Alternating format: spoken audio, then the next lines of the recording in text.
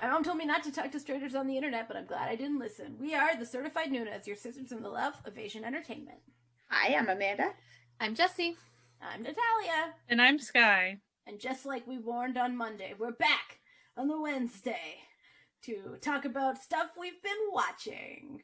So, last week we started with on Monday we started with Amanda, so we're going to start with Sky like we do. We reverse order it for the next episode. So, Sky, what have you been watching? I have been watching Sell Your Haunted House, which, the fella in that, he was in my first 2 K-dramas, so, like, it's nostalgic for me just a little bit. But I really, really like it. It's really fun. It's the right amount of scary for me. Excellent. Where,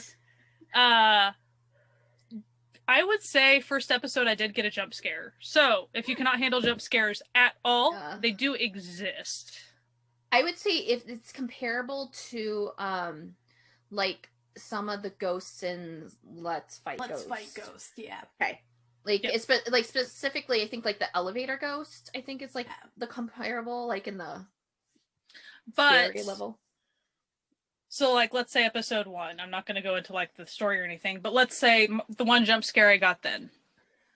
You get a jump scare, but then soon after that, you know, like, the ghost slows down and then gets extra, you know, it gets fixed pretty quick to where it's not like it's this lingering scariness. But even onto the other episodes, there will be a jump scare or something scary, but then you'll see them as you'll see the outline of a person more in it, and it's less scary then. So the fear gets, but then there's also fake ghosts. There's fake ghost holograms too being involved because of con artists and just all this stuff. So really fun. Her outfits are fire. I need to go do a screenshot because I was watching it on my treadmill. So There's a very specific outfit that I really just wanted to steal, like really bad. There was even a wallet chain involved. It was beautiful. A lot of black. It's great. Just really fun. Next K-Con that we can actually go to, Sky will be cosplaying. Yes. Her black suit with a vest was just yes. She's looking toy. And her hair is just as dark as it can possibly. It's beautiful. Like, and she's great, and her character is great. It's just she just takes no crap. Like, it's just nice. It's a really good cast. Like, they all work really well together so far. Now, there is some silliness levels to it, not constantly. So, like, that is not at a all. thing. No. But yeah, there's also some seriousness and stuff. So it might not be for everybody because of some of those things. But really fun, really good. Taxi Driver. I'm a little behind on it, but I will be catching up very, very soon. Possibly because I really liked the first 2 episodes so much that I know I'm going to want to watch, like, binges of it. Yeah. Though from the first 2 episodes, it did feel like they're going to do story arcs within 2 episodes, kind of. Not that there isn't some underlying stuff in between that, but kind of like the player was, like. Yeah. I feel like it kind of gets introduced and then it teases out, and then within the 2 episodes, you kind of put a button on it. At least the first bit. They might not. I imagine as the story progresses, you know, it extends a little bit further.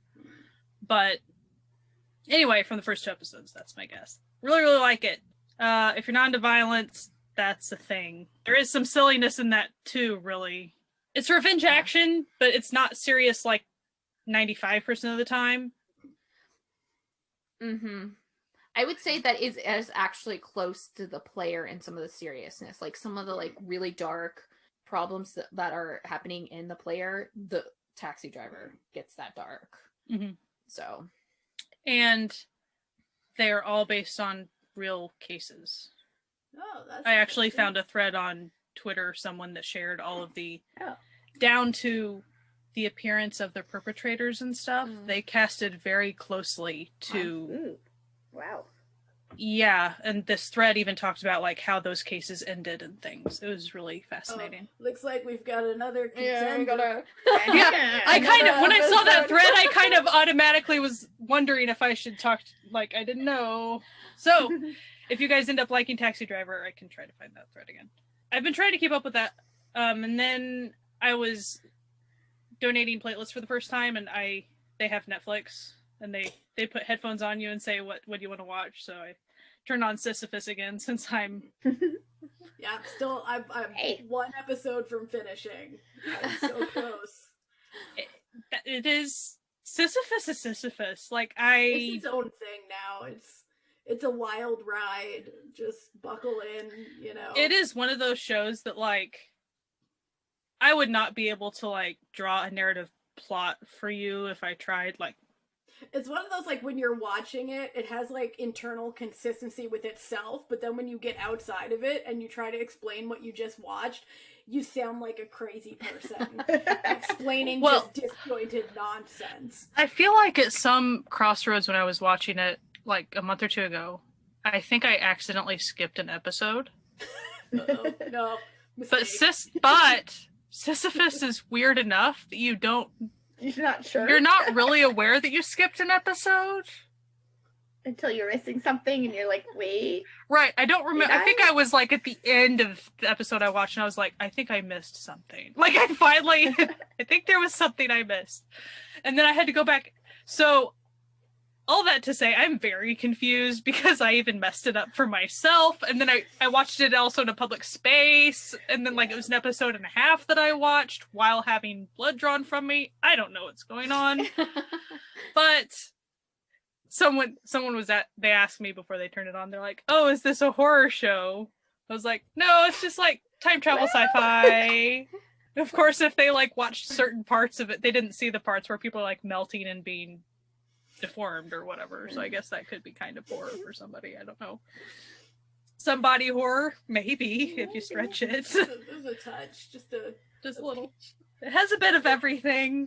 A sprinkling of body horror just to keep you in the mood. I saw one person who talked about it said, what did they say? That it went to all the places where they thought it was going to go and did all the things they wanted it to do narratively, just not when they thought they should have done it or when they wanted it to happen. They're like, so I'm not mad because what I wanted to happen happened, just didn't happen when I wanted it to happen. I was like, okay, that's cryptic enough, but interesting. I can't even complain about the flashback thing because I obviously haven't been consistent in watching it and all this stuff. So like at this point, if the show seems disjointed, it's probably primarily my fault as the watcher rather, messing up that one episode, watching it out of order. Like, who knows what I've done to my watching experience at this point. So I can't say much against Sisyphus. I'm happy her character actually gets to do a lot of things. That's quite often what I'm pleased about with the show. She gets to do all the things. Like, she's doing all the things. And there's reveals. I will give it that. It has reveals in it. Things happen. Good. Yeah. Things should happen. I haven't been watching all that much else because I was in Astro Comeback mode and I'm still not caught up with all the content from that. Hey. That's a thing. Is that about it? Pretty much. I watch a lot of music shows because of that. And Unboxed. So the podcast, Unboxing, with Jinjin and Kino. Actually, if you're wanting to have subtitles with it, you have to go watch it on YouTube with the subtitles, since subtitles are not an audible experience. Yes. So that's actually a visual thing, and I'm a little bit behind on that even. So, but it's a good time. They've had guests. They've had members of their own groups. They've had I Am from Monsta X, Woods. So, all their friends. Good times. I've been caught up with Sell Your Haunted House. So, I've been watching a bit. It's just...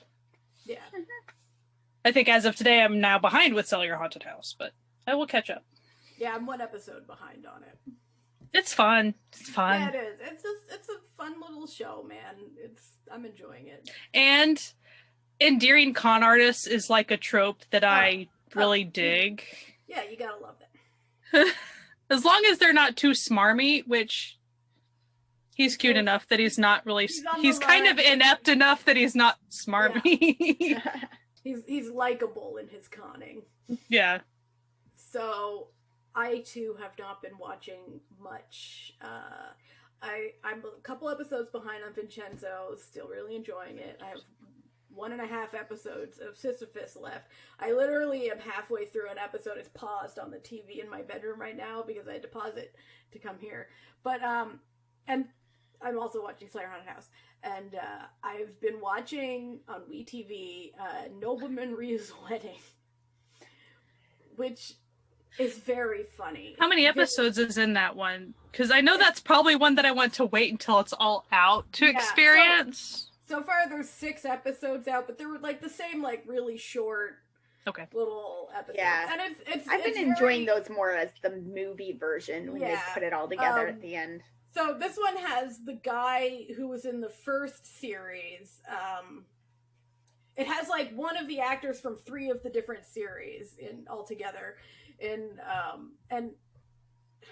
Jang Soo, who's the guy from the first series who played the bodyguard of the kid, is possibly the funniest. Like, I'm not sure if this was intentional, but like he has mastered the comedy of the situation that is happening by being the dude who doesn't realize this guy's wife is a man.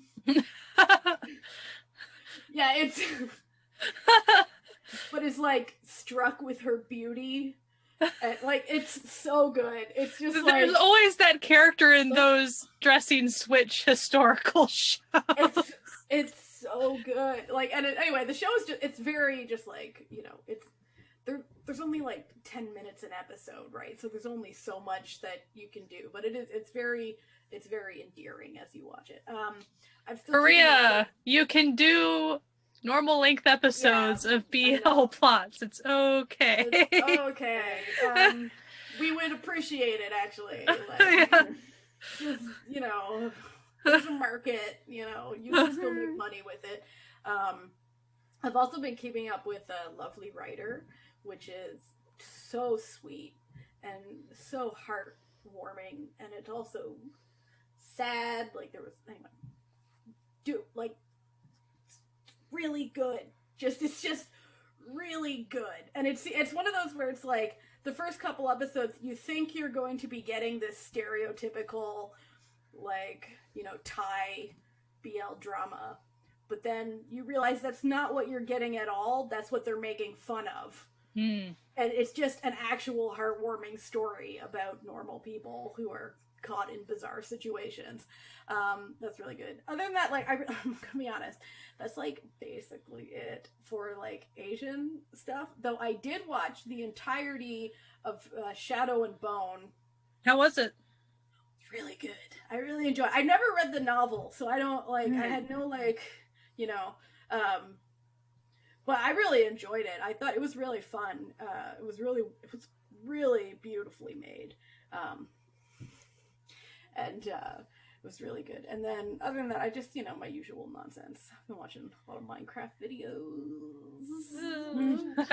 Like, an almost shameful amount of Minecraft videos. Because I haven't been sleeping a lot, and I find watching Minecraft videos helps me fall asleep normally. So I just put them on, but they haven't been working. But I've been, so then you just end up watching a lot of them. Yeah, so I've been watching a lot. And then I also started watching another YouTube series called Dimension 20, which is like this group of people playing ridiculous Dungeons and Dragons games. And but like comedically. Like it's quite enjoyable. Yeah, I think that's okay, I said I was gonna talk about this from last episode. I didn't. I've also been watching Kingdom Legendary War. Now, I hate these types of shows. I don't know why I'm watching it. But I love it. And like, not so much the show. I hate the concept of the show. Today I caught up on just the performances because I'm not watching the show. And it's like, it's so funny because the format of this show, you can tell that Mnet, the company making it, really wishes that all of the guys on the show were mean about the other people's performances, but they're all like fanboying about each other at all moments. So it's like they're not getting what they want, so they keep doing like shenanigans, like having like shitty lighting or not telling certain groups that their budget is increased, so like certain stages look less impressive than other stages, and it's just like stop it. Just so, but the funny part about it is I watch it in bed, and my husband's sitting next to me, and he's like, I've heard of all of these groups. He's like, why would they go on this show?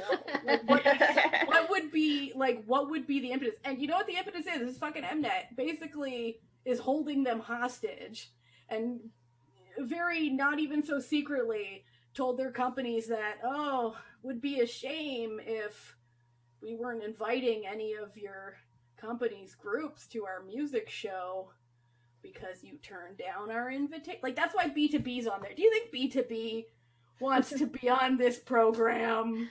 They're old. They want but they're doing so well. They're doing so well. They seem to be having fun. And it's just like, what's sort of frustrating is that like there's like 3 older groups and 3 newer groups, and the older groups consistently get like shafted in like the ratings. So like they're always coming in last, but it's like it's not like their performances are any worse than the other performances. It's just like, but anyway, I kind of hate that, but I love the performances, and I love like the interactions between the members, like Icon and AT's switch songs, and like Jinwan from Icon, like when they showed him like because they show like the leading up to like the performance, and he was like all proud. He's like, I got Hongchun's phone number, like we're gonna be friends now. And then they're all like, and all the rest of Icon's like, ooh, finally someone in Icon will be like an insider, like will be like the hip young groups. And then like they'll be like talking about like, oh, where's your dorm? Like, oh, here's where our apartment is. Like, oh, we're right near each other. We should go get dinner. Like, and you can tell like the editors are like, no, you know, like, you're being mean. And then everyone's like, oh, you want to switch songs with me? Like, I'm so, oh my god, I'm so, oh. You know, it'll cut to them watching the performances, and they're all just like, oh my god, like this is the best thing I've ever seen in my whole life. I love the B2B performances because it was literally everyone fanboys. Like, yeah. They all sing along and do the fan chants because they are all legitimately long-term fans of B2B. And this past week, as of when the episode's coming out, B2B did Backdoor by Stray Kids, but they did it as a concept of a rock band who is backstage before a performance. It was so cute. It was so good. Like, nice. Even if you don't, like, you're not familiar with B2B, you should go to YouTube and watch it, because it is just such a fantastic performance, and just their vocals are out of this world. But like, the thing about the show that bothers me is that like B2B are incredible vocals, but they're being put up against, you know, like Stray Kids, who have great vocals, don't get me wrong, but they're like a, you know, dance performance choreo group, and then you've got these 4 middle-aged men who are just like, hello, we're B2B, we're here, everything hurts, and I'm dying. And it's just like, and then we're expected to be like, let's compare them, and I hate it. I just hate it. Anyway, but I love it. The performances are incredible, and like the interactions are so good. But I hate that the show exists, if that makes sense. No, I don't hate that the show exists. I hate that the show is a competition. Like, well, it's a competition where no one's being eliminated either. Yeah, it's a competition with no stakes. Like, let us be honest. It is a meaningless competition. There are no eliminations like in Road to Kingdom or anything. None of them are going to lose their contracts. No, it's a ceremonial win at best. But anyway. The performances are just stunning. Performances aside, I just want to mention the stage, like the stage sets are amazing. Yeah.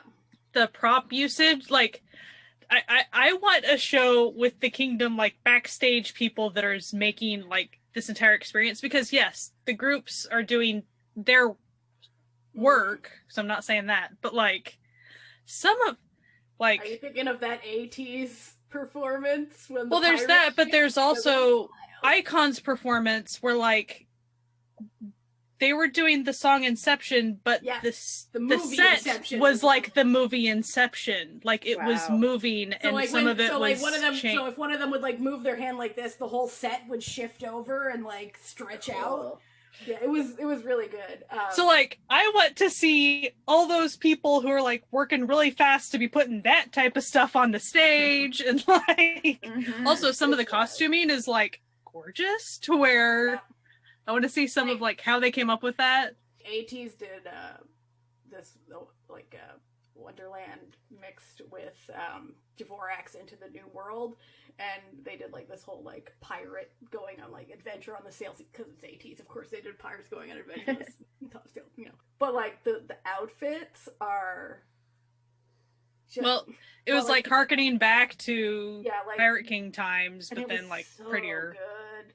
Yeah. There were sword fights. There's been gun fights.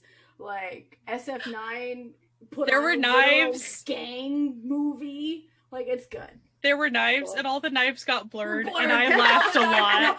No, in the SF9 performance, Yeah, all the knives were blurred because they were like gangsters who were like taking out another gang as like their concept. And I was, when I saw that, I actually started laughing. yeah, I was like, died. I thought that was so funny. I was like, "Are you kidding me right now?" Because at first, I didn't know what he was holding because it was blurred. I was like, "Crap, what is he holding that's like It's bad?" the dildo. He's got a dildo. And I was like, "Oh, it's a knife," because then other people had the blurred out thing too. I was like, "Okay."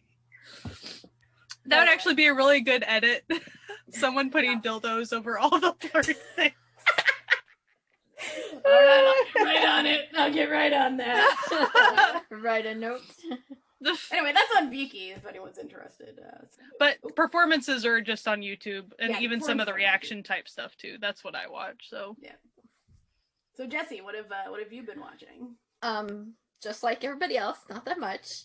I think out of all the stuff that I talked about last time that I can remember, I haven't picked up any of Sisyphus and Mouse. Sisyphus, I probably will just end up dropping just as a, not like any bad ties to it, just as a, will I go back to it? Probably not. Like, That's kind of where you know, so it's like not one of those like drops that are like finalized, but realistically, let's be real with ourselves, it is finalized type deal. Mm-hmm. And then with Mouse, I'm pretty sure that I'm just gonna like not even try for the rest of it, because I did get spoiled on some things, and the way that the show is going sounds absolutely atrocious, and I probably would want to throw things at my TV because of it. So I kind of just want to keep episode 1 in your head. that it is, and I think there's something very seriously wrong with the TV show if they have to literally do 2 specials to try to make sense of the story for the viewers. That's a very, very, very big red flag. I get the wackiness, you wanting the wackiness, but it wasn't a mahjong in the very beginning. So I don't. Yeah. It doesn't seem like it makes sense, and it doesn't seem like it made sense into where the territory that I was going into. So that's kind of sad. I'll just, hold that episode 1 in my heart. I think it's weird when there's periodically any genre of K-drama that is not mahjong, but then at some juncture becomes more that way. Like, that's not okay. It should not do that. I find it very weird. Like, very weird.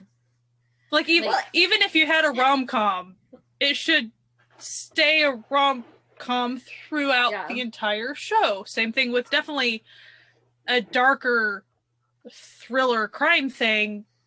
There should not be mahjong anything involved ever in a show like that. If it wasn't from the very beginning, no. I mean, you can do that. You can make it like that sort of thing. It's just, you really can't do it after what you've been giving and like make me. And you should bill it like that. Like, this is going to be this way. This is how we're going to kick it off.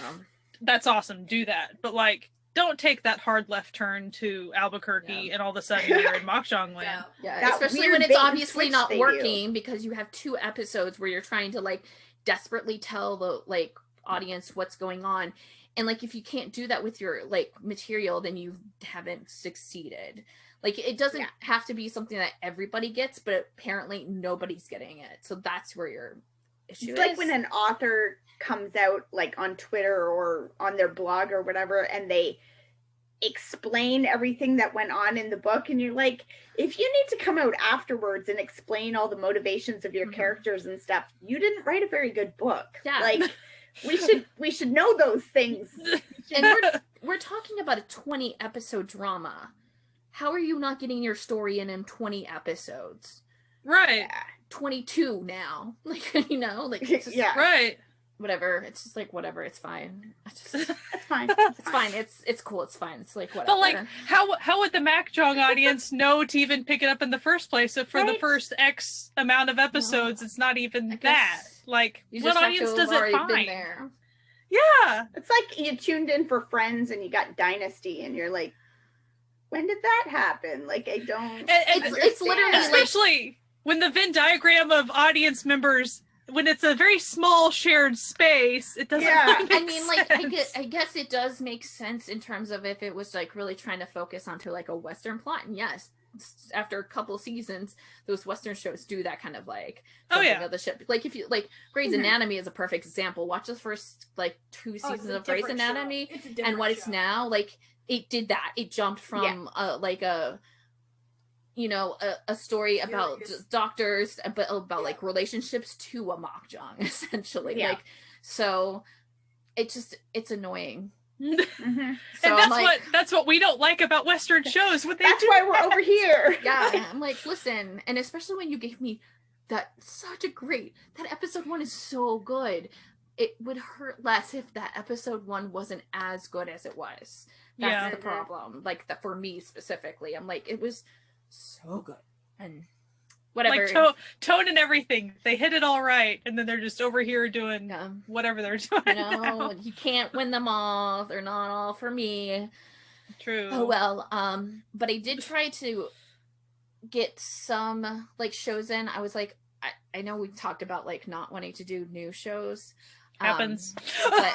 But I was like, you know what if I just like went and checked out the first like episode or 2 of like the shows that I want to see, so that like it's not one of those things where like I get to the point where I've waited for the show to happen and then find out I don't like it. So like, I know now if I don't like it. I ended up watching Taxi Driver. I watched the first episode of that. I really, really like it, and I do think I want to binge it. So that's why I'm like trying to hold off on like watching it, because I'm like, I kind of just want to keep binging it. Per like what the first episode is, I will say that like it's not disappointing. It was like a bait and switch, and I wish they hadn't done it. It's supposed to be a horror. It's not a horror, so that was like threw me off. I was like, oh cool, a horror that's not a zombie horror. We didn't get that, which is fine. But like, that's what it was. It's still like, I'm like, oh, that's fine, whatever. And you usually don't like fight-based shows that often either. No, not really. But it's good, and it's definitely, I think if you like Player, you're gonna like this show. It has the teamwork thing going on. Yeah.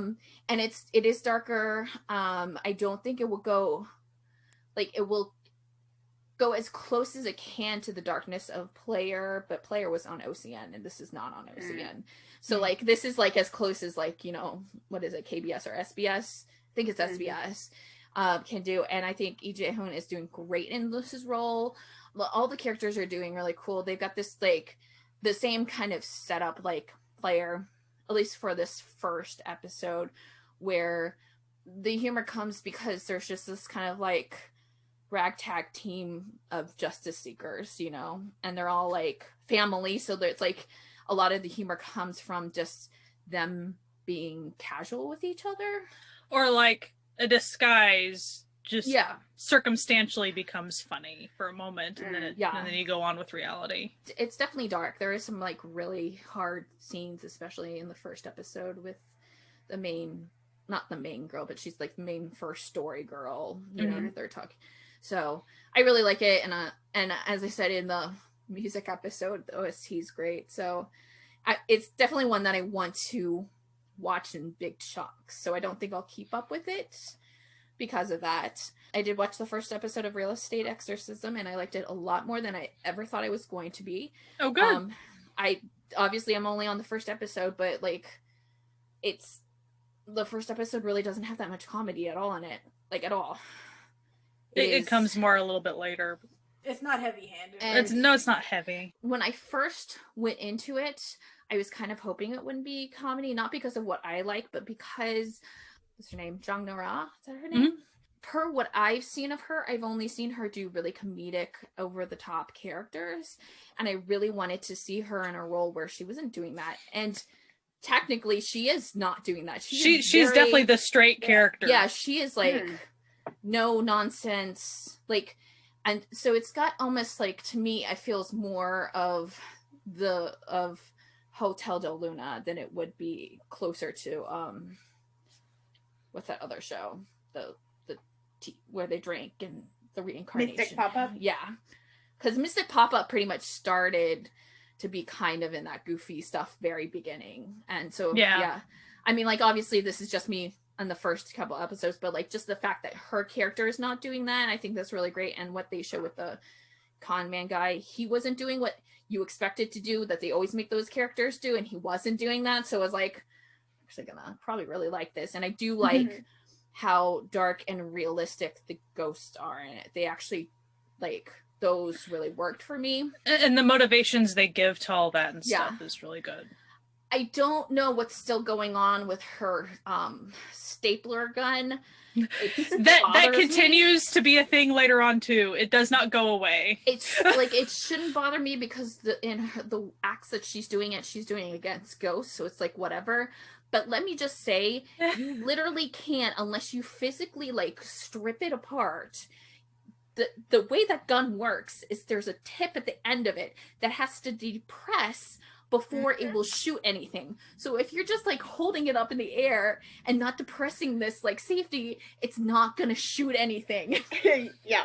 But it does for her, but it's like a ghost thing. So like, but the thing is, I want to know, okay, like, even that aside, why are we shooting staples at ghosts? I still have not been told.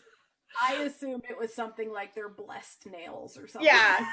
Well, it like really just kind of does like a barrier. And so what I personally think is that it's picked because the premise of the show is people who are trying to get rid of ghosts that are in their house, and there's like the purpose of, so they want to sell or move these houses. And so she has this specific tool that looks like something you would find in a show that's or a house that's being redone. Like, that's why it's that specific thing. But it doesn't make any sense to me. Like, at this point, you could have just done like a super soaker and just squirted water out, and then holy water. Yeah, same. Because it's not like, actually, you don't actually see anything that like fires out. It just creates the force field, and so it's like almost like the force field in Uncanny Counter. It just kind of so listen, it exists. And all of her other instruments that she has are actual like normal occult things that, you know, normal occult type exorcism instruments that you've seen in other shows and stuff before. So like, why the stapler gun? Why? I mean, maybe we'll like figure it out, because there is like I'm not going to talk about it because it's a spoiler, but there is a specific reason why she's doing this, and specific storylines it's going to be tied into everything. Maybe that is tied to that. I don't know, you know? But yeah, I really like that her character was kind of like really no nonsense, and she kicks butt and she does things and she just knows what to do. And I really like her relationship with her like partner or whoever's like the manager, secretary woman, the nice face of the company. Yeah, she pleasant woman who them two together are really great, and I think it's like the actresses together are really like picking up on something. This isn't really a spoiler, but there's a scene where one of them's eating pizza, where Jagnara's character's eating pizza, and the other one comes up and Jagnara's like, "You can't eat my pizza, like, you're not allowed." And she's like, I forget what she says, but it ends up with her just taking a slice and being like, they just argue about a specific thing and like, I'm taking it anyway, too bad. Yeah. Have fun. So, I think I'm actually gonna really like it, so I'm excited to watch more of it. I might also want to keep that as like a binge or like a be able to binge as much as I want. And then I did end up, because I was very curious. I don't normally like these types of shows because in the crime world, the lawyer process and that process, like any sort of courtroom stuff, is not usually what I care about. I really don't care about that. I like the investigation part, but I like when you do stuff. So like that also includes like I don't normally like cop parts as well. Like it's cop and like lawyer. I'm like, I don't care. But I was like interested in law school. And I was like, it'd be really good if it's like good because it's on Netflix, which now, like, granted, both the Taxi Driver and what is it? Sell Your House, Haunted House, Real Estate, Exorcism. It's like 40 different names. Those are on Kokoa, so like it's easy to get like pretty up to date subtitles. But they're also on Viki for not so up to date subtitles, I assume. I imagine. So I was like, oh, Netflix would be good. And so I tried it out, and I actually kind of like am really interested in it, so I might actually continue it. The story is about kids who are in law school, which is interesting to me because I know nothing about like the law system in Korea, so it's kind of interesting to see if it's different or not, that sort of thing. But what happens is it's like, I'll just tell you, it's the first episode, and it's what starts off everything, is that it's like the dean of the school or the head of the school. I don't know actually his like position, his specific position. They're doing a mock trial, so all the students are in every like part in the mock trial. So like, Kim Bum's character is the person who's on the stand. There's like a girl playing, the juror, and like just like everybody's in a different thing. And so they have all their professors kind of watching this go on. And during one of their recesses, their breaks, the head dean guy is found murdered. And so it's like the whole story is about like how he was murdered.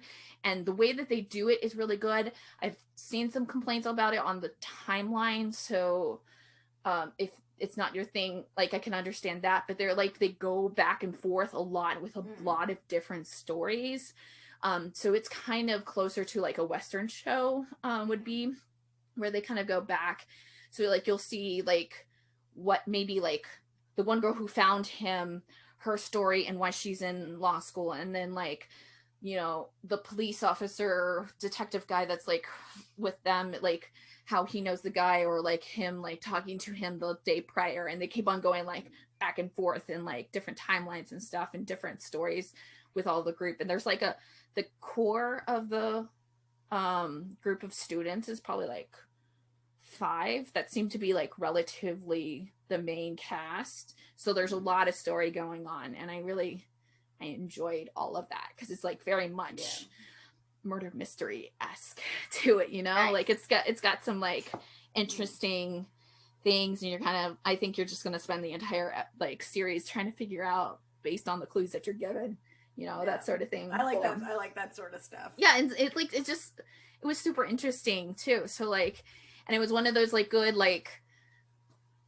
casters, just like you had like the main people, but there weren't really the main people. Like, so everybody's kind of a good cast. I did see someone potentially talk that like it might like be close to How to Get Away with Murder, the series.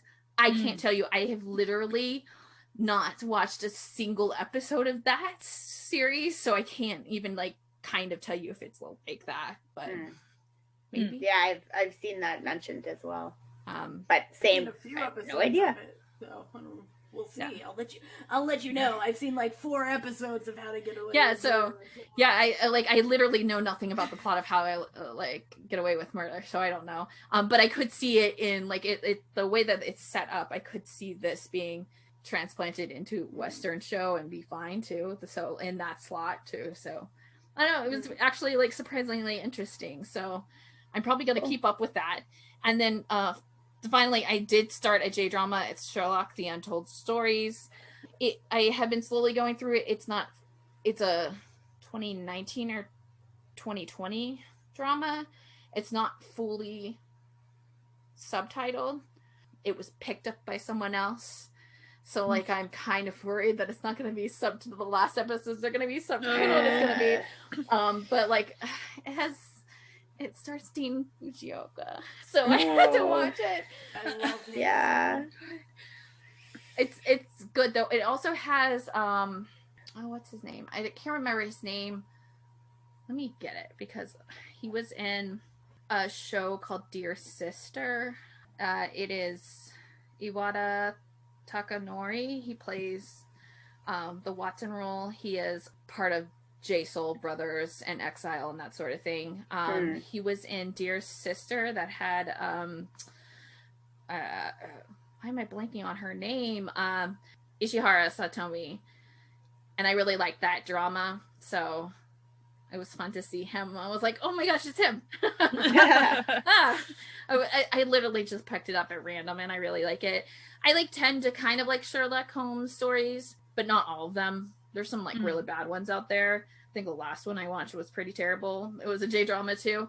But I just randomly started it, and I was like, oh, this is really good. And if you've never seen Dean Fujioka, he's just so charismatic that it's actually pretty great. And so he's really good with his co-stars. But I feel he's just a good actor, and then he's also just good at bringing out good things with the actors that he's with. And so I think the two of them go really well together. So I've been into that, watching that. So with law school, are you going to keep up with it?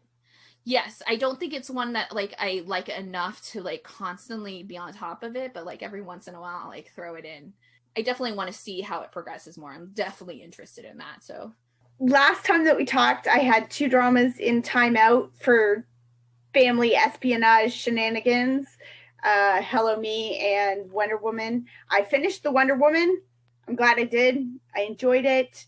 It did not go where I thought it was going to go. It did not deserve its little timeout. So it did have the shenanigans, but they weren't, sometimes with a drama like that, it's like telling you one story and then it gets into the shenanigans and it shifts and it becomes all office all the time.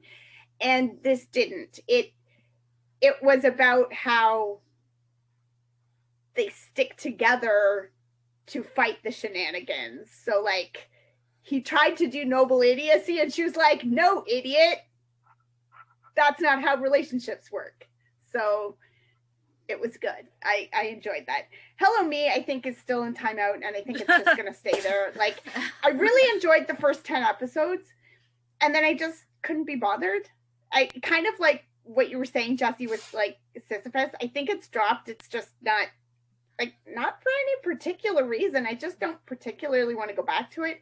It sort of reached a point in episode 10 where I was like, I could see how they could do a really stellar, really cool thing with this, with what they've set up, but I don't think they're going to do that. And then I was listening to the Soju Chronicles, and they had watched it together, and they got to that part of their last podcast episode, and they were going to recap, and I was like, oh, I should turn it off for spoilers. And then I was like, I just don't care. And then I listened to them, and it kind of sounds like it was it was fine, but it obviously doesn't do the cool things that I think they could have done. It did the safe things that fine, whatever.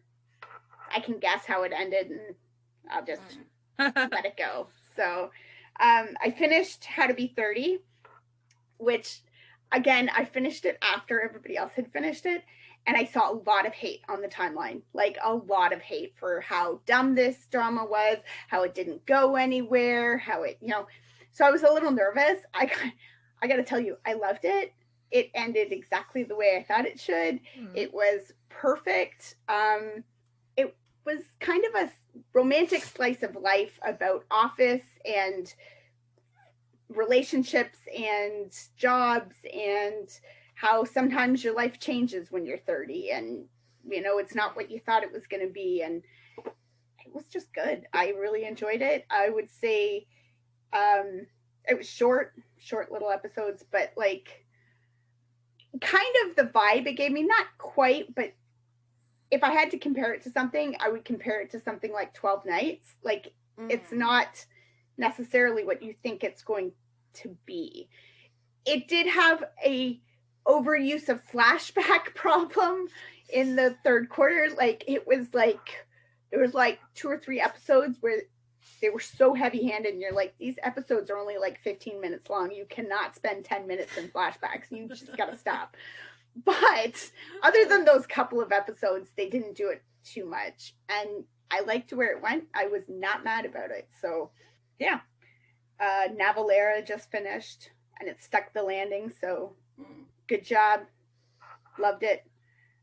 Will probably definitely be in my top 10 dramas for this year. Did you cry? A lot. Like pretty much every episode there were a few tears here and there. Like it wasn't that's like always good to know.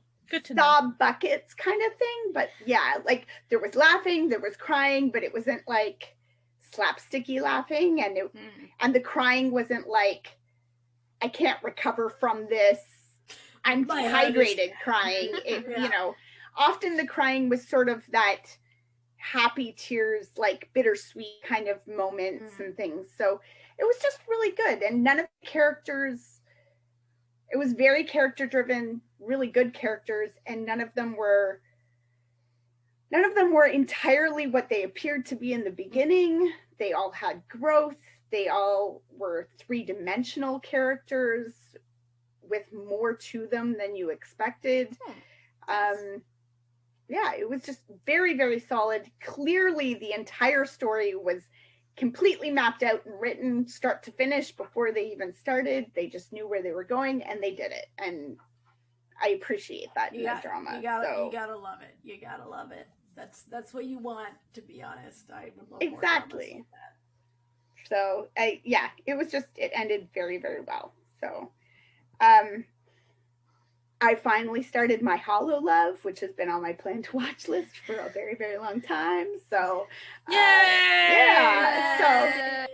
So far, enjoying it. I'm about 3 episodes in. So, and that was like 3 episodes in one night. So, like, obviously, I was enjoying it. That's when you can just binge. Oh, yeah. I binged it in like 2 days on a weekend. I was like, oh, love it. Yeah. So, I'm enjoying it. I also, just because I felt like it, started rewatching 20th Century Boy and Girl. Just, it's easy. It's an easy watch, and I know where it's going, so I like that. In my quest to find the perfect like C-drama contract relationship drama that doesn't make me rage or, you know, annoy me, I've started and dropped about 3 of them over the last week or month, sorry. But I found one that stuck. Hello, Mr. Goo.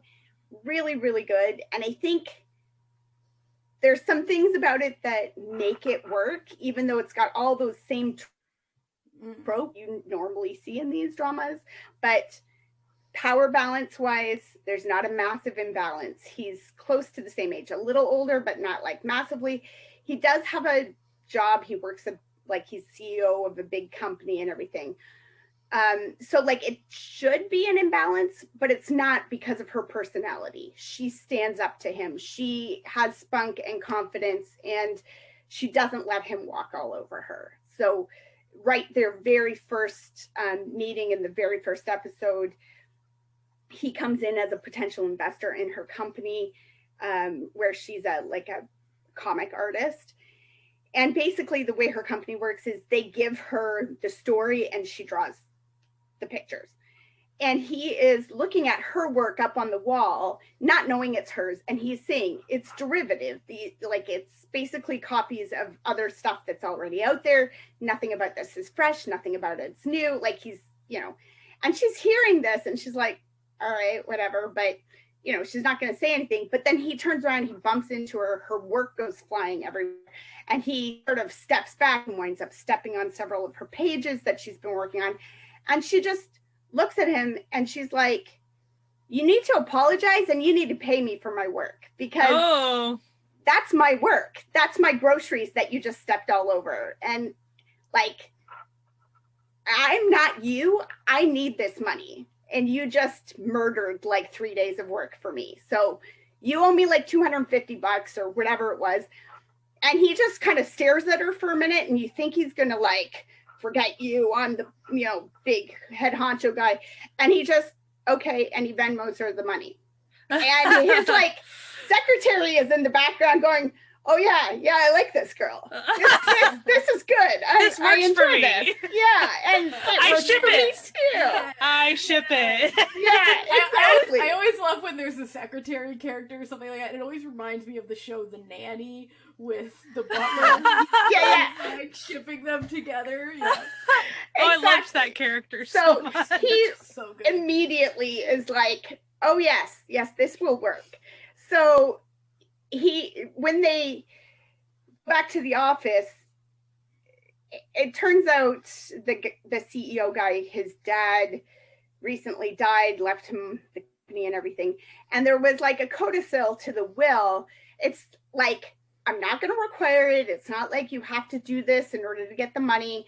But we had this really close family friend who saved me when I was in a pickle, and like, Oh, it's one of those contract marriages. Yeah. So he's like, Classic. you love to have see more it. money than you need. You are set up for life. I want you to take some of that money and go find this guy's family and make sure they're taken care of too, because we wouldn't have any of it without them. He says, ideally, I want you to marry his daughter because we always dreamed our families would be connected that way. But I don't want you to do it because, like, this is basically in the will. I'm not asking you. I'm not making you do it. It would be And nice if there's exactly. Exactly. And he's like, you know, he's just sitting there and he's like, I don't have time to date and I could use a wife. So, listen, you're selling me. You can stop. I've been sold. so it's, Like, one of the other things that kind of makes it work for me is that I don't know if it's intentional or not, but he comes across very much coded as being autistic. And it makes a lot of those things that would be annoying otherwise make sense. Like they spend all night hashing out their contract. It's not like he sets down a ton of rules and she just has to follow them. They work together and come up with a contract that works for both of them. And you love to some see of the it. things are things like Natalia is all about Oh, listen, smelly food. This is added to my list immediately. Yeah, Good. I'm really enjoying it. It's like she can't eat smelly food in the house or be up and be loud after midnight and stuff. And it really, the way it's portrayed is that he just really can't have those things. It's not like he's trying to control it. He can't concentrate and function if those smells are in the house. If there's noise after midnight, he can't sleep. Like there's just he just can't function in these things. Whereas often with those dramas, because there's similar dramas that have CEO type characters that have lots of requests, like lots of demands like and that. They just seem and like then psychopaths. a lot of Like, a lot of the demands will be just demands for the heck of being demands, and then they'll have the one that's like a traumatic thing, like the you'll narrow it down to the one that actually has reasoning behind it. But for any of the quote unquote demands to actually be because the person just can't function doing that thing, like that's plenty reason. Yeah. And the other thing that's really good, really refreshing, is when they're wrong, they say sorry. Like, Whoa. like, I'm down. both of them. You got me. You sold me on this. Is this- Seems fishy. Are you sure this is a C drama? I know. Like, No, I'm just. Are you sure you didn't just like dream Hallucinate this it at this drama? point? and the like cherry on top is that he falls first. And I he love it. like Oh, yeah. So okay, add it to my it's- list. like, I'm down. I'm loving it. Absolutely loving it. It's all fully subbed on YouTube, so I think the 10-cent Even channel better. or Even MGTV. better. Yeah, it's just fantastic. So, and also I started my very first K-drama daily, so wish me luck, because that's like 8 million episodes. But it's super adorable. It's called A Good Supper. I think it's like 120 or so. Yeah. So it's 120 and they're like half-hour episodes. So it's like 5 episodes a week come out or something. I'm like 8 episodes in. So I don't know. I don't know if it's going to stick. We'll see. They just aged up. So the first 8 episodes, the kids are all 8 years old, and they're so friggin' cute. It's so good. And it's just super found family. So it's called A Good Supper because this guy who's in his like 20s runs his grandmother's restaurant, recently deceased grandmother's restaurant. He serves supper, family style. He makes a meal and you come and you pay $4 a person and you get whatever he serves. And there's a group of families in the neighborhood who all have one kid per family. They're all in the same class, all 8 years old. And they all come at the same time every night so that they can eat together as a larger family, so that their kids have that, you know, opportunity to be with aunts and uncles and grandparents and kids, even though they don't, you know. And so the first episode, his dad, who like abandoned him or whatever, shows up with an 8-year-old girl. And he's like, is this your daughter, Dad? Is this my sister? And he's like, no, she's not. I'm not feeling too well. I need to go to the pharmacy. Just you watch over her for a little bit. And he leaves. Never returns. I see. He's dying. So the thing is, he was neighbors with her grandmother, and her mom died when she was a baby. She was raised by her grandmother. Her grandmother died, and because of his friendship with the grandmother, he started looking after her. Then he got sick. He's like, I'm going to die. I don't want this kid to go to the orphanage. My son's a really good kid. I'm going to dump it on the kid that I abandoned. And he's like, I can't raise a kid. Like, this is what? You can't just dump a child. You have to actually tell them that's what you're doing. Not the old Yeah. one. Just going out for a pack of smokes and then never returns. So Like, he does leave a letter and a folder with all of her like birth certificate and information and stuff. So the other people in this supper club are a married couple who both work, so they just don't have the time to make dinner. So they come here and their kid gets to have like a family dinner, and their 8-year-old daughter. There's a single dad whose wife cheated on him, and he left his good job and his nice house in the city, took his son and moved off to the country. And there is this third kid, this 8-year-old boy who is orphaned, but he lives with his uncle who has like some mental deficiencies, and his grandmother. So they all basically say to him, like, dude, if you want to keep her, if you want to raise this girl, we'll help you. We'll do what we got to do, right? So, like, there's a really cute Christmas episode where they go to the church and she's like, I didn't know you were religious. And they're like, we're not, but it's really pretty at Christmas and you get cookies. So, like, we always go. And they're like, okay, priorities. Cool. It's just freaking adorable. But now they all aged up, so now they're all in, so like, which I totally thought like, not exactly adorable how it was going to happen. Not I adorable. Like, I knew. Well, and so there's also another family, a rich family, and there's an 8-year-old boy in that family too, but his parents are horrible human beings. But he lives with his aunt and uncle as well. Like, they all live in one big family. So their story, I kind of could give or take. So we'll see how it goes now that they're teenagers. They aged them up. All the kids got bikes and they were riding their bikes, and then they panned down to the wheels, and then they moved back up, and now they're teenagers riding their bikes, you know. Given that there's 120 episodes, are they going to span their entire lifetime? They're gonna be grandparents. I don't know. We'll see. I have a feeling this is where we're gonna stay now. It's gonna be about these teenage, maybe give it a year or two. I think after as that they they'll age graduate up and stuff. Yeah, they'll keep aging that up, I would think. They might. Well, we'll see. So I think you're gonna at least get college. Yeah, you're gonna get into the age so. that it's like they can have them there on set to record for longer hours. They're trying to get those out of the kids era, so they don't have to deal with like child on set. Looking at it, I would say the age that they've aged them up to is probably like they've skipped a decade. Like they're 18 now, or like they're seniors in high school, I think now. Is what my guess would be, but I really don't know because I haven't watched any of those episodes yet. So what's your plan? Are you going to try to watch it daily, or how are you going to go about it? No, I mean, I've watched about 8 episodes in the last week and a half. So I'm behind already, right? Like there's already like 40 episodes. Like, out are or you going to something, go in you know? chunks? Probably. Like it'll probably be a lot like when I watched Two Fathers. Like I'll watch 10 or 15 and then stop and then watch another chunk when I'm in the mood for it or something. We'll see. That makes sense.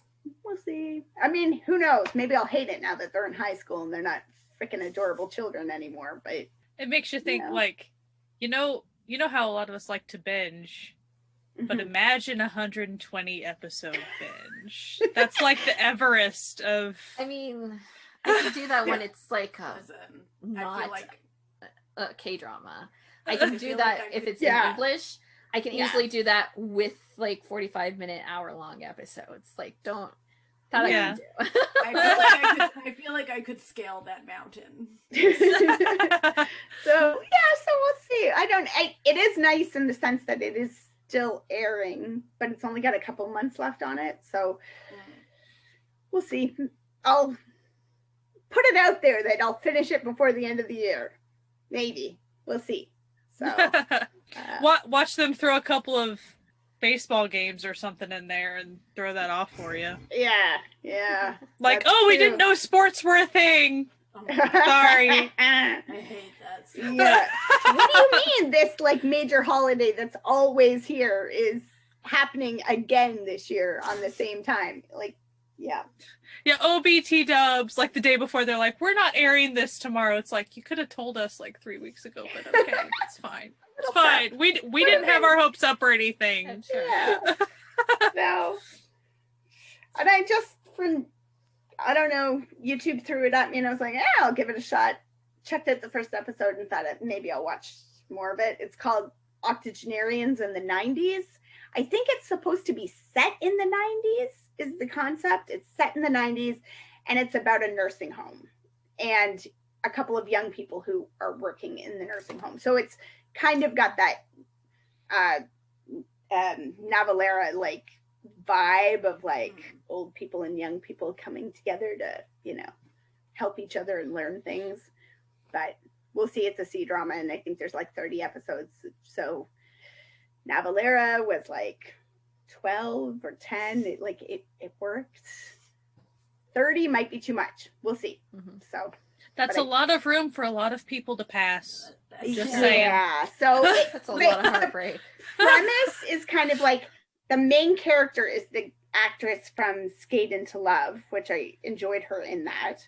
She's the granddaughter of the woman who like owns and runs the nursing home, but she's also like 80 years old. She's just spry, whatever.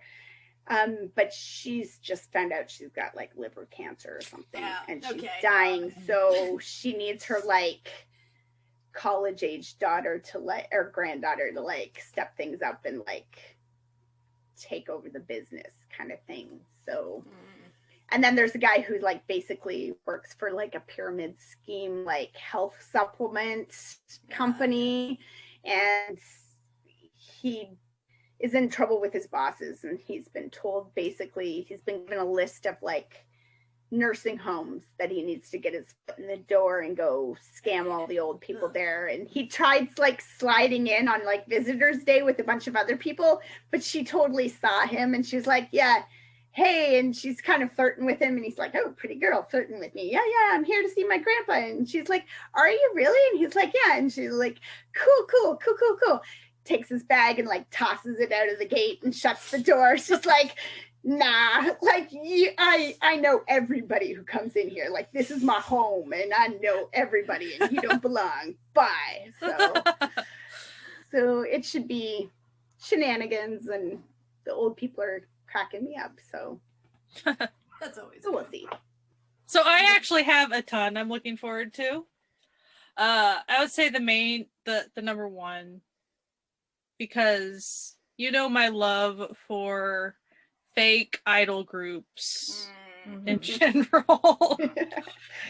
When you have a drama that has 3 or 4 fake idol groups that already have like music video teasers and Just all types of things going on. Yes. Imitation. Also, a chunk of the cast is ATs, therefore I will be all over that show. I think it'll be on Viki, possibly, which maybe it'll be on Cookwalk. That'd be nice. I don't know. It'll be somewhere. But I thought it was nice that it's actually going to be like not on YouTube in this case, as opposed to Top Management and what all that was. So that's like my main. And there's lots of other ones that I mentioned, but like Imitation, and then probably my second one would be My Roommate is a Gumiho. Mythological, supernatural stuff. I'm gonna be checking it out. And then one that I'm iffy on, but I think it's gonna be 4 episodes. So even if I'm iffy on it, I'll probably watch the whole thing anyway. Right. I Have a Goal, which that is a very lame English title. But it looks like it is revenge plot, but maybe funny. I don't know. Whatever. I think the main character is female, though, so like I think that'll be a little bit more enjoyable. So I'll leave a couple of the others because I know that they'll be mentioned by someone else. Well, I'm looking forward to getting the like Lee Ji-hoon fix with that. What's it? Move into Heaven or something. Yeah. It's like where they're like that was on mine vaccine cleaners or something. I think that one's on Netflix. So and I think that's gonna be a movie. Yeah. Is it? No, I think it's a show. Okay. It's a show. I dreamed that it was a movie. No, I feel like same thing. I saw something. Somebody posted at some point as if it was a movie, and I was like, oh, I thought it was a drama, and then I was like, oh, okay, a movie. And then I went and it was like, no, it's a drama. And I'm like, all right. Netflix says it's a drama. So okay. I'm like, okay, cool. So I'm looking that looks good. That. You know, it looks like it might be a little bit more drama-wise my speed than Taxi Driver. So I don't know. I don't know if I'm looking forward to it. But Jasper Liu has a new show coming out on Netflix called Use for My Talent, and I'm looking at the like synopsis, and it seems like a remake of Clean with Passion for Now, but I cannot say for sure if that is the case, but the synopsis of the plot is the same thing. Wouldn't that be weird if it was? Yeah, I'm triple checking. 2 remakes in the same language. Because, right. So, because the synopsis is, the germophobic owner of a cleaning company encounters a slovenly employee. A romance blossoms as they help one another heal from their past. I don't know. It seems. It has Yenin from Pentagon in it. It's the same one. It's the same one. Okay. It is. Oh, okay. It is Clean with Passion for Now. Yeah. Okay. It is. Anyway. Also known as the Cleaning Elves, which that was. I did not Cleaning know Fairies Jasper was from. in that. Yeah. I just knew about the main role. Yeah. Oh, Jasper Liu. Yeah. And then the other one I'm interested in is I Married an Anti-Fan, the Korean show. Oh yeah. I don't know where it's playing yet. Yeah, and then there is this other show coming on Netflix called Mine, and it looks pretty makjang, but like in a way that I enjoy. So, yeah. So, interested. That's basically me. I feel like there was another one. What was the? Oh, there's that Doom at Your Service with So and Guk. Yeah, I was about to talk about it. Oh, okay. But that's okay. Go ahead. No. Just that I just saw the title and I was like, oh, but like it's had some different. The trailers give off different vibes, so I don't know. Well, Doom at Your Service, at least what it was specific, like at the beginning of the year, last year, is about he's not a god. He's like an in-between character. He works for gods essentially, and his emotions control things, and to detriment. So it's not supposed to be a comedy.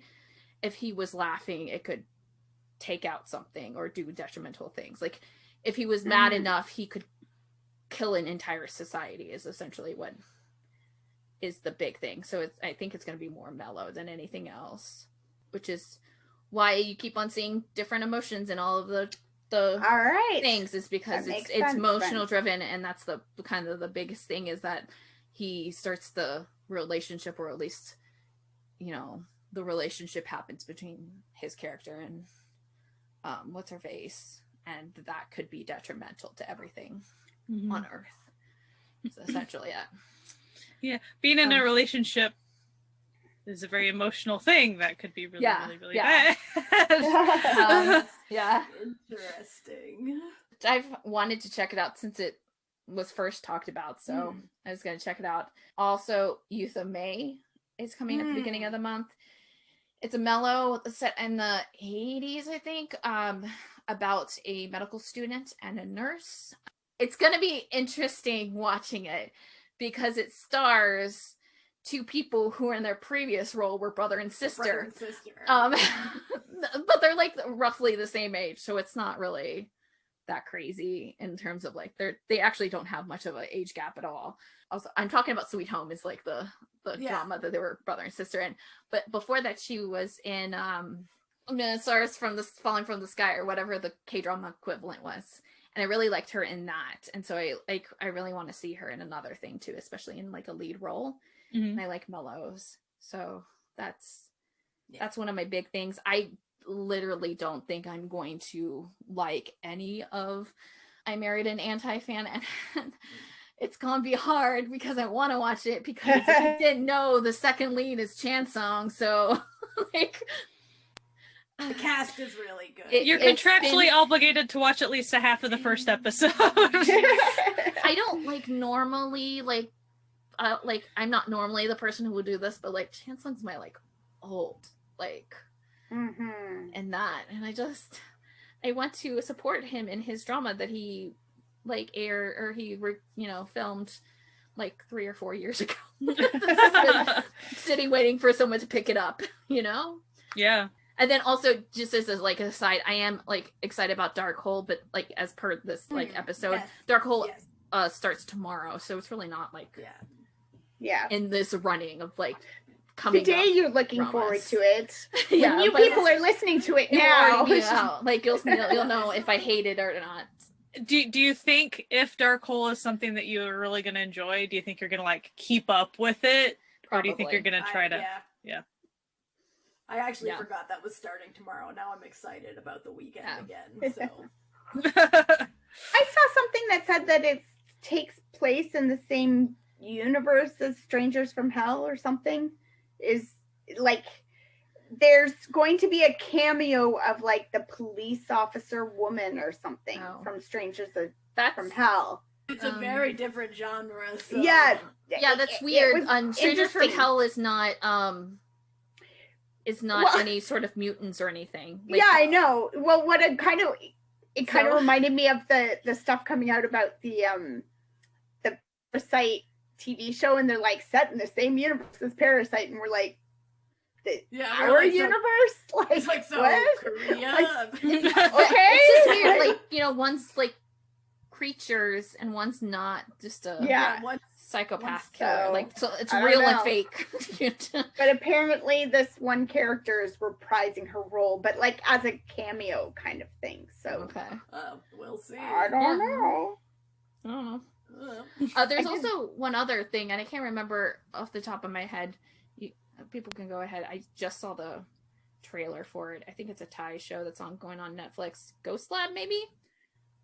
It is about two guys who are researching ghosts, and if they're real, they're scientists, and they're kind of really invested in it, to the point where one of them wants to try to die to be the guinea pig of their stuff. Wow. I'm all for science, but that feels like a lot. It's a movie. Oh, okay. It's coming at the end of the month. That does look intriguing. I did just see a trailer a couple of days ago for a C-drama coming up called The Flaming Heart that looks good. Very Descendants of the Sun kind of a thing, except for he's a firefighter and he meets a woman who's a doctor through. Oh no, am I gonna get hooked on this? I know, that's what I was thinking too. It's it's got that vibe that Oh no! you're my hero, Descendants of the Sun kind of, Oh no! vice captain of the fire rescue team. And during an incident where he had to rescue a pregnant woman, he meets a doctor who's working in the emergency department. A classic caper. Classic. Yeah. So But what would be a nice twist on that would be the doctor's the pregnant woman and blah blah blah blah blah. I'm sure that's not it. probably not, but and I just now looking through saw one for a C-drama called Please Be Married, where this 5-year-old kid shows up and says, I'm your kid from the future and I need you to meet daddy so I can exist, and shenanigans. So I'm like, I don't know, this could be weird or it could be kind of like, I think it sounds like she's like doesn't believe him, but like I have to like, she's in like sounds like it's a contract relationship with, and they're going to fall in love while they try to find this kid's real parents or something. I don't know. We'll see. We'll see if it's good or if it's uncomfortable shenanigans. Thank you for listening to this extra episode of the Certified Noonas, where we talked about what we're watching these days and what we're excited about. We hope that you enjoyed listening to it and that you'll take the time to go and listen to some of our other episodes if you haven't already. You can find us on social media. We, mostly on Instagram and Twitter. That's where we live. It's always at Certified Noonas. If you'd like to become an official sponsor of this podcast and join the Certified Fan family, you can go to patreon.com/Certified Noonas. You can listen to this podcast wherever podcasts can be found, but if you want all the links and everything, go to certifiednoonas.com, where all the links to everything that we talk about, and all, if there's playlists, if there's YouTube links, they're all there, and time codes and everything. So we hope you have a fantastic week and you keep enjoying Asian entertainment. Bye. Bye. Bye.